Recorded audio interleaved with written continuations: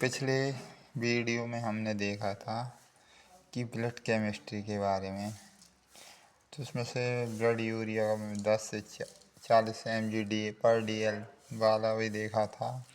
आज उसमें से कुछ चीज़ें बच गई थी जो आज इस वीडियो में देखी जा रही हैं, जैसे Sg शुगर ग्लूमेटिक, OT यानी ऑक्सीलोएटिक ट्रांसमिनेसे में 6 से 8 GR/dl ये रहना चाहिए अपने ब्लडों में। और एल्बुमिन की मात्रा होनी चाहिए 3.7 से 5.3 GR/dl होना चाहिए। और ग्लोबुलिन 1.5 से 3.0 GR/dl होना चाहिए।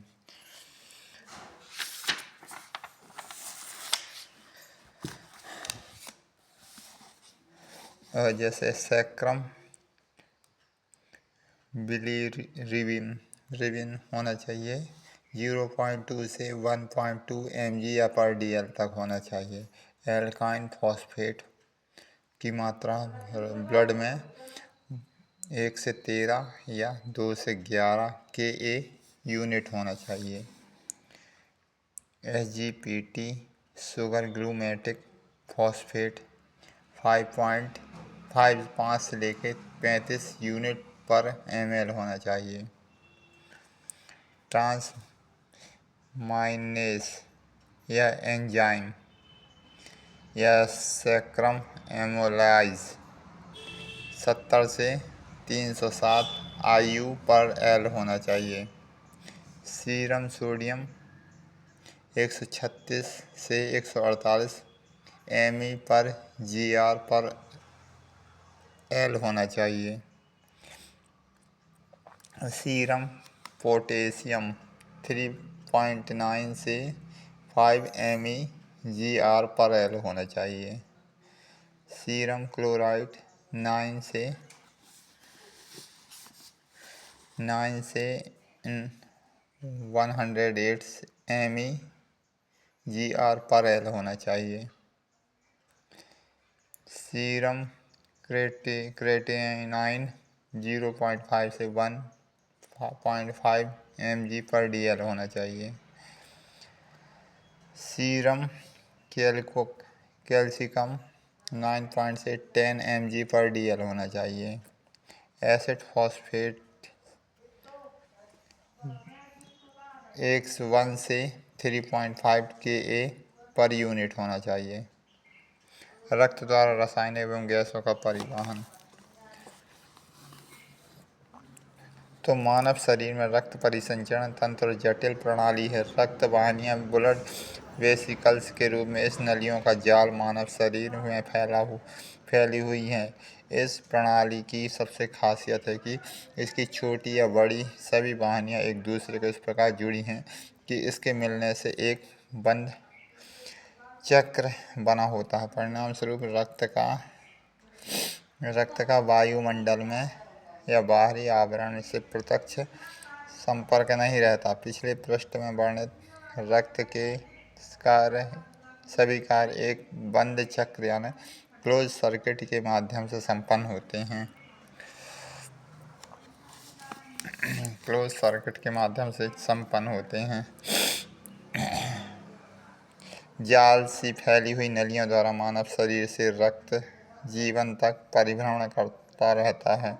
रक्त वाहिनी में रक्त के इस परिभ्रमण को ही रक्त परिसंचरण ब्लड सर्कुलेशन कहते हैं। रक्त शरीर में स्थिर नहीं रहता अपितु चलायमान होता है। इसे ही खोज करने का श्रेय डॉक्टर विलियम हार्वे के नाम से जाता है। सन 1628 ईस्वी से रक्त अपने परिसंचरण में किन किन पदार्थों एवं ऊर्जा को किस स्थान से प्राप्त किया है, इसका प्रयोजन से वहन किया गया, उनका सार अगले पृष्ठ पर तालिका के रूप में अंकित किया गया है।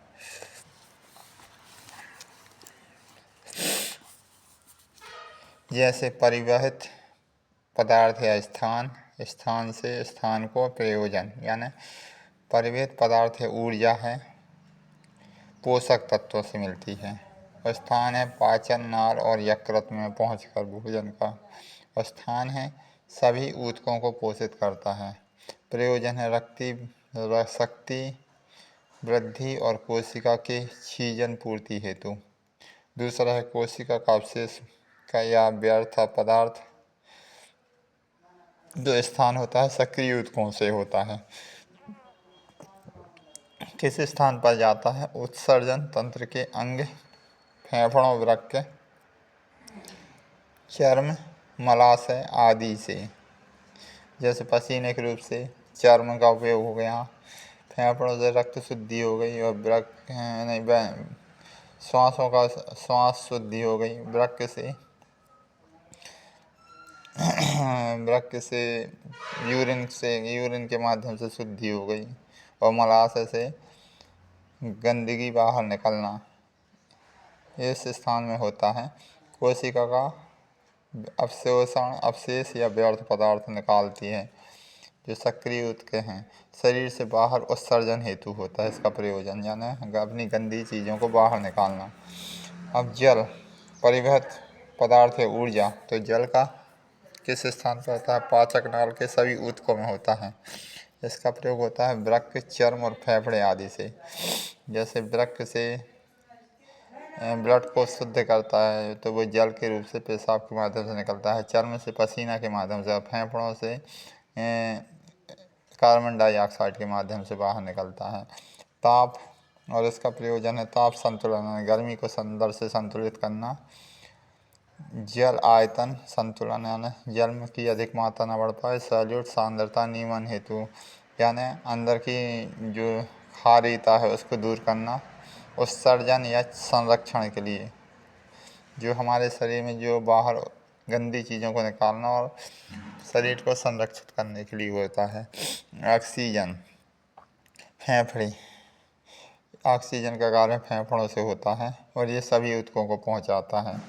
इसमें अपचय यानी अंदर के जितने भोज्य पदार्थ को डाइल्यूट करना और ब्लड को भी डाइल्यूट करना होता है। कार्बन डाइऑक्साइड है सभी ऊतकों में से बाहर निकालती है। ऑक्सीजन सभी ऊतकों से खराब चीज़ों को कार्बन डाइऑक्साइड की मात्रा से निकालती है। इसका मुख्य ये फेफड़ों के माध्यम से निकलती है। इसका उत्सर्जन के लिए है, यानी शरीर में जितनी गंदी हवाएं हैं सबको निकालने के लिए कार्बन मोनोऑक्साइड निकलता है। ताप, शरीर के ताप की ऊर्जा कैसे करते हैं? तो त्वचा के माध्यम से शरीर के ताप को ठंडा किया जाता है। जैसे सभी ऊतकों जितने शरीर के ऊतक हैं उनकी गर्मी को नियंत्रित करने के लिए और पूरे शरीर के ताप को संतुलित करने के लिए त्वचा के रूप से भी निकालती है वो गर्मी या ताप पसीने के माध्यम से। सातवां स्त्राव, तो इसका स्थान है निस्त्रोत ग्रंथि यानी एंडोस्राइन ऑफ ड्यू डक्टलेस ग्लैंड्स, यानी निर्दिष्ट अंगों एवं तंत्रों से, जो पेट में जो निर्दिष्ट अंग है उनके माध्यम से। इसका प्रयोजन है जैविक और शारीरिक क्रियाओं के नियंत्रण और नियमन के लिए, यानी पूरी एक मशीनरी रहती है जो भोजन पाचन आदि का कार्य करती है जैविक क्रियाओं के लिए।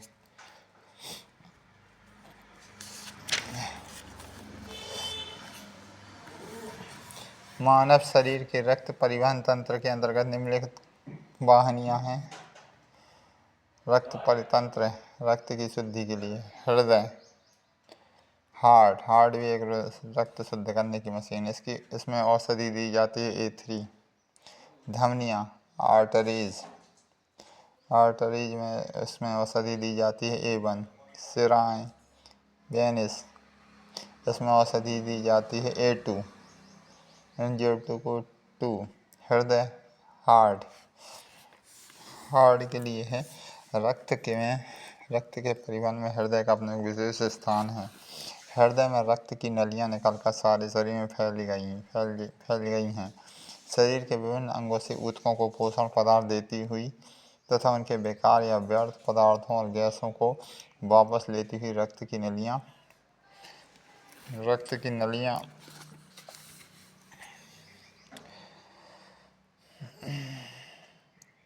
हृदय के वापस लौट आते हैं। हृदय में या तो हृदय की ओर रक्त ले जाने वाली वाहिनियों को सिरा या वेनस, या हृदय के बाहर रक्त को ले जाने वाली वाहिनियों की धमकियां आर्टरीज कहते हैं। हृदय और हृदय की क्रियात्मक औषधियाँ A3 हैं। सिराओं की क्रियात्मक औषधि A2 और रचनात्मक औषधियाँ C5 और महाधमनी की क्रियात्मक औषधि A1 और रचनात्मक औषधियाँ C1 हैं। फुफ्फुसी सिराएं A1 और फुफ्फुसी धमनी A2 के क्षेत्र में हैं।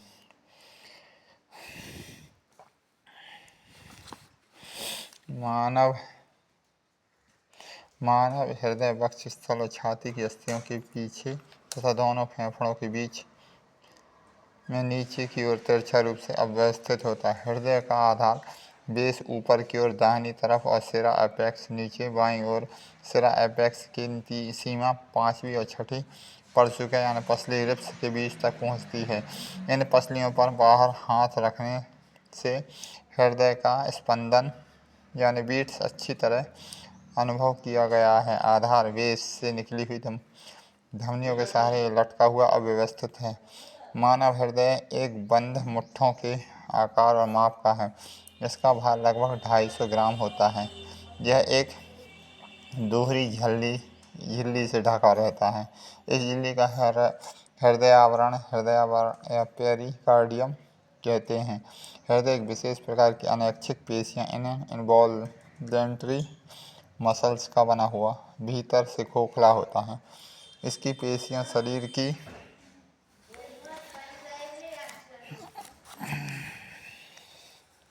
अन्य अनैच्छिक पेशियों से भिन्न है। हृदय वास्तव में एक जुड़वा पंप यानी ट्विन पंप है। इसमें एक पंप दूसरे पंप के बगल में ही स्थित होता है। तात्पर्य है कि दोनों पंप एक मांसल दीवार द्वारा एक दूसरे से अलग होते हैं। ऊर्ध्व रूप से अथवा लंबवत एक पंप बाएं और दूसरा पंप दाएं में अवस्थित होता है। प्रत्येक पंप के 2 हिस्से, एक ऊपर और दूसरा नीचे है। क्रमागत दाहिने पंप के ऊपर वाले भाग को दाहिनी ओर से आलिंद या ग्राहक कोष्ठ यानी राइट आर्टिकल और नीचे वाले भाग को दाहिना निलय और छेपक कोष्ठ यानी राइट वर्टिकल कहते हैं।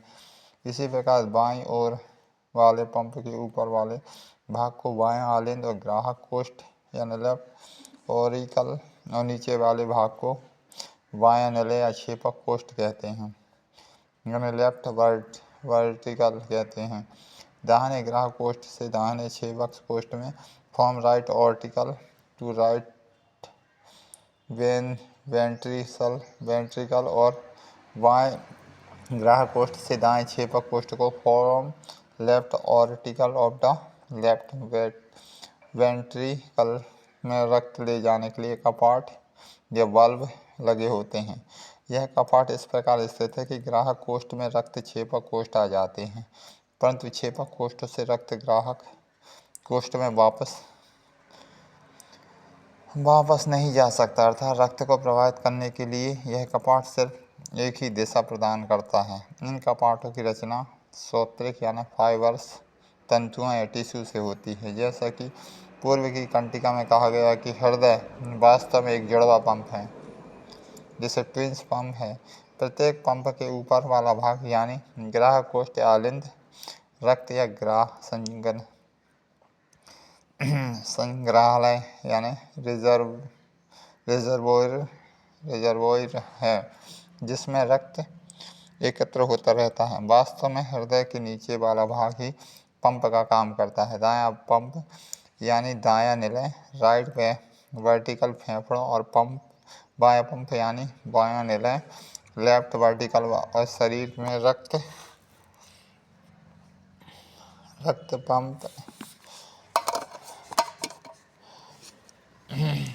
पंप द्वारा हृदय की पेशियों में फैलने और कोष्ठों यानी चेम्बर्स की समाई वॉल्यूम बढ़ जाती है। फलस्वरूप सिरा में रक्त आकर दोनों आलिंद या ऑर्टिकल में भर जाती है। यहाँ स्थान देने वाले योग्य महत्वपूर्ण बात है कि दायां आलिंद राइट ऑरिकल से शरीर की सभी सिराओं से आकर अशुद्ध रक्त और बायां आलिंद लेफ्ट ऑरिकल में फेफड़ों की सिराओं से शुद्ध रक्त आकर भर जाता है और पुनः हृदय की पेशियों के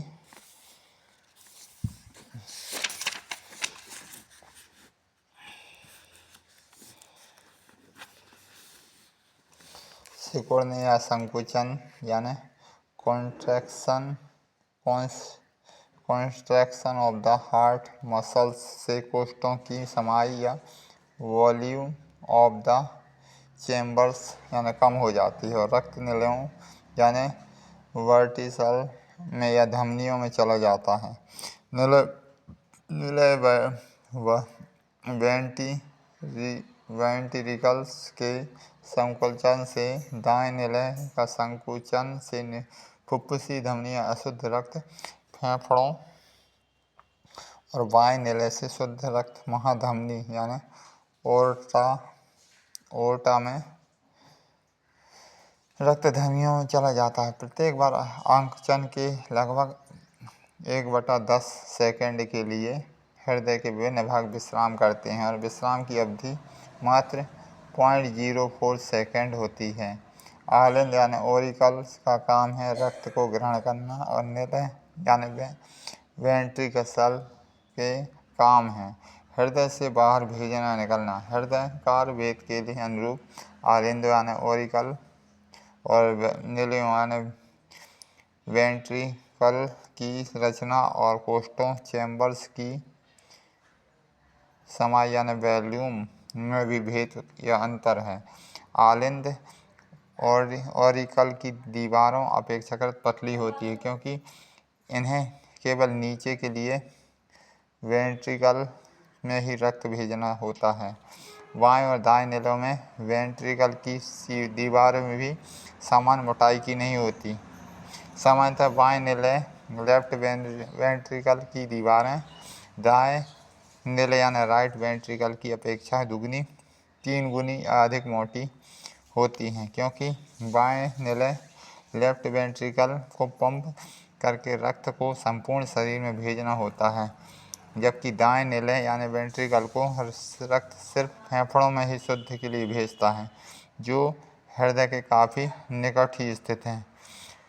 पूर्व के पृष्ठों पर वर्णन किया जा चुका है कि दाएं आलिंद और दाएं निलय और बाएं आलिंद और निलय के बीच सौतिक तंतुओं फाइबर्स टिश्यू के बने हुए कपाट बल्ब द्वारा लगाव है। चूँकि इन बल्बों में कपाट एक ही दिशा में खुलते हैं इसलिए रक्त का बहाव एक ही दिशा में होता है।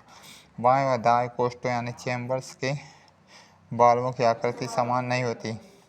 दाएं और कोष्ठों के बीच वाले बाल्ब में 2 पल्ले वाले कपाट लगे होते हैं लेकिन दाएं और के 2 कोष्ठों के बीच वाले बाल्ब में 3 पल्ले वाले कपाट लगे होते हैं। ये कपाट के पल्ले सौतिक बंधनों द्वारा छेपक निलय यानी वर्टिकल कोष्ठ यानी चैम्बर्स की दीवारों में ऐसे इस प्रकार बंधे होते हैं कि कपाट विपरीत दिशा में नहीं खुल सकते।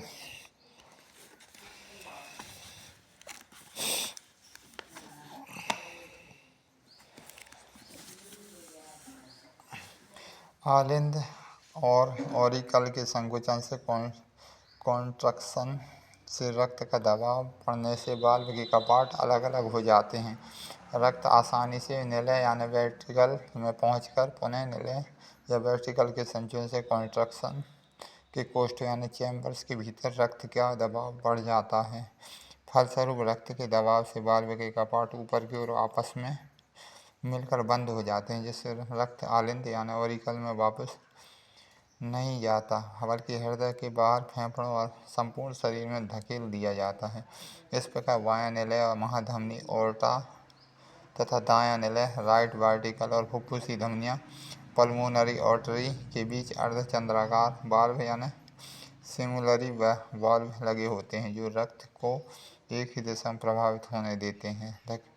धकेला हुआ रक्त वापस नहीं आता। यहाँ है समझ लेना जरूरी कि दाएं और बाएं निलय वेंट्रिकल के रक्त एक समान नहीं हैं। दाएं निलय में अशुद्ध रक्त और बाएं निलय में शुद्ध रक्त बहता है। निलय के संकुचन और दाएं निलय के अशुद्ध रक्त फेफड़ों में शुद्ध होने के लिए बाएं नेले का शुद्ध ऑक्सीजनेटेड रक्त शरीर के अंगों में जैविक कार्यों के लिए भेज दिया जाता है। हृदय का स्पंदन, हार्ट बीट। औषधियाँ A3 lymph F1 S1 S8 C10 और C5 है इसकी औषधियाँ हृदय के स्पंदन के लिए। हृदय की पेशियों का आकुंचन, फ्लेक्सोरेशन और अनुशिथिलन यानी एक्सटेंसोरेशन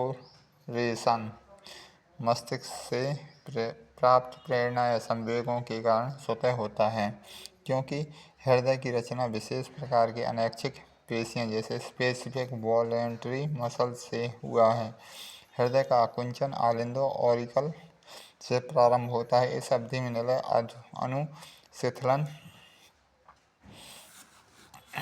अनुशिथिलन की स्थिति में रहता है। दोनों आलिंद एक ही साथ आकुंचित होते थे। आकुंचन के कारण आलिंदों में दबाव पड़ने से रक्त निलय यानी वेरिकल में चला जाता है। उसके बाद निलयों के आकुंचन और आलिंदों में अनुशीतलन होता है, जिसके कारण निलयों का रक्त धमनी में चला जाता है और आलिंद में सिराओं में के रक्त भर जाते हैं। फलस्वरूप आलिंद और निलयों के वाल्व बंद हो जाते हैं और दोनों निलय में एक साथ आकुंचन होता है।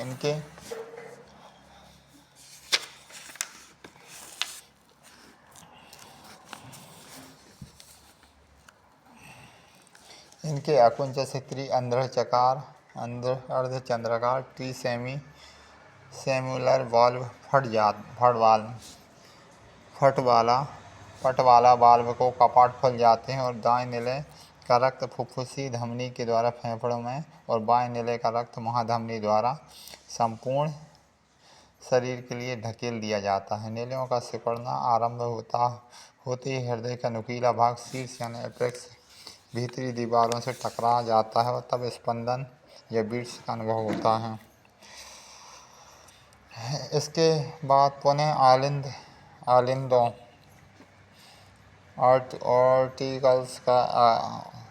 ऑरिकल का आकुंचन प्रारंभ होता है। दाएं और बायां, ऊपर और नीचे के कोष्ठों में चैम्बर्स ऑरिकल एंड वेंट्रिकल का एक बार फैलने और अनुशिथिलन और सिकुड़ने यानी आकुंचन में लगभग 0.8 सेकेंड का समय लगता है। औसतन 0.8 सेकेंड की अवधि में एक हृदयीय चक्र यानी कार्डियक सर्कल पूरा होता है। इस प्रकार 1 मिनट में हृदय के कोष्ठों में लगभग 70 से 75 बार फैलते और सिकुड़ते हैं और एक बार फैलने और सिकुड़ने में एक स्पंदन में बीट्स होता है।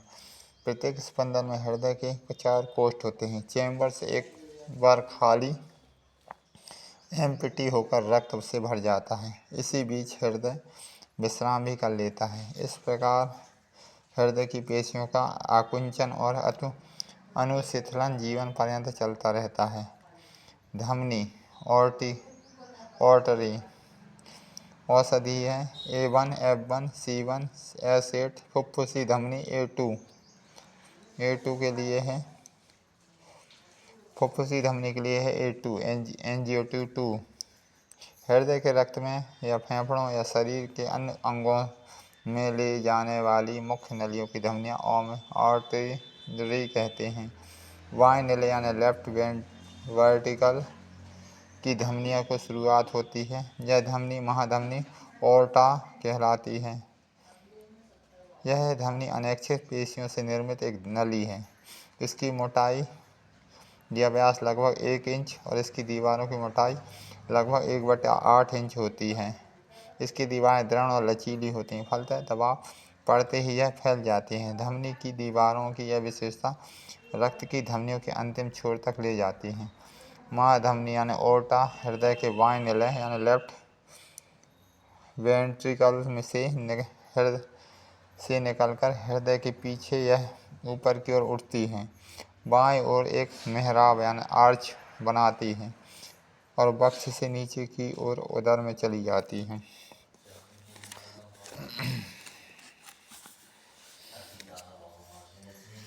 बाएं निलय से निकलती है। इसमें 2 अदद छोटी शाखाएं निकलती हैं। इन 2 अदद छोटी शाखाओं में अनेक शाखाएं प्रशाखाएं निकलकर हृदय की पेशियों में जाल सी फैल जाती हैं। इन शाखाओं को हार्दिकी धमनियाँ कोरोनरी आर्टरीज कहते हैं। इन शाखाओं की हार्दिकी धमनियों में धमनी के मेहराब आर्च वाले भाग से 3 बड़ी शाखाएं निकलती हैं। पहली वाली शाखा अनामिका धमनी जैसे इनोमाइनेट आर्टरीज 2 शाखाओं के विभक्त हो जाती हैं। इसकी एक शाखा दाहिनी ग्रीवा में चली जाती है। यहाँ यह बड़ी शाखा को मस्तिष्क में भेजकर ग्रीवा की दाहिनी भाग में होती है। अंत में छोटी छोटी शाखाओं में विभक्त होकर शेष हो जाती। अनामिका धमनी में विभक्त हुई दूसरी शाखाएं दाहिने हाथ में चली जाती हैं। मेहराब की दूसरी शाखाएं ग्रीवा की बाईं ओर से होती हुई मस्तिष्क में चली जाती है। मेहराब के स्थान से निकली हुई तीसरी शाखाएं बाएं हाथ में चली जाती हैं। महाधमनी रीढ़ यानी स्पाइन से लेकर चलती है, नीचे की ओर आती है। इस बीच इस शाखाएं निकलकर फेफड़ों में जाल सी फैलती हैं। बक्षोतर मध्यस्थ पेशियां डायफ्राम को भेजती हुई महाधमनी उदर में आती है। यहाँ की शाखाएं निकलकर यकृत और अमाशय में चली जाती हैं। डायफ्राम के मार्ग में के बीच जाते समय आंतों में यह पुनः यहाँ से 2 शाखाएं निकलकर बाएं और दाएं वृक्कों किडनी में जाती हैं। अंत में इसमें महाउरु धमनी यानी फेमोरल आर्टरी नामक 2 शाखाएं निकलकर दोनों जंघाओं में चढ़ जाती हैं। जानुसंधियों के पीछे 2 शाखाएं मुख पुनः प्रशाखाओं में विभक्त होकर सूक्ष्म शाखाओं के रूप में टांग और पांव की पेशियों में समाप्त हो जाती है। महाधमनी ज्यों ज्यों नीचे होती है त्यों वह पतली होती चली जाती है। इससे निकली हुई शाखाएं और शाखाओं से निकली हुई प्रशाखाएं पुनः विभक्त होती हैं, सूक्ष्म अति सूक्ष्म शाखाओं में विभक्त हो जाती हैं। महाधमनी के चरम विभाजन से रक्त कोशिका यानी ब्लड कैपिलरीज की उत्पत्ति होती है। धमनी की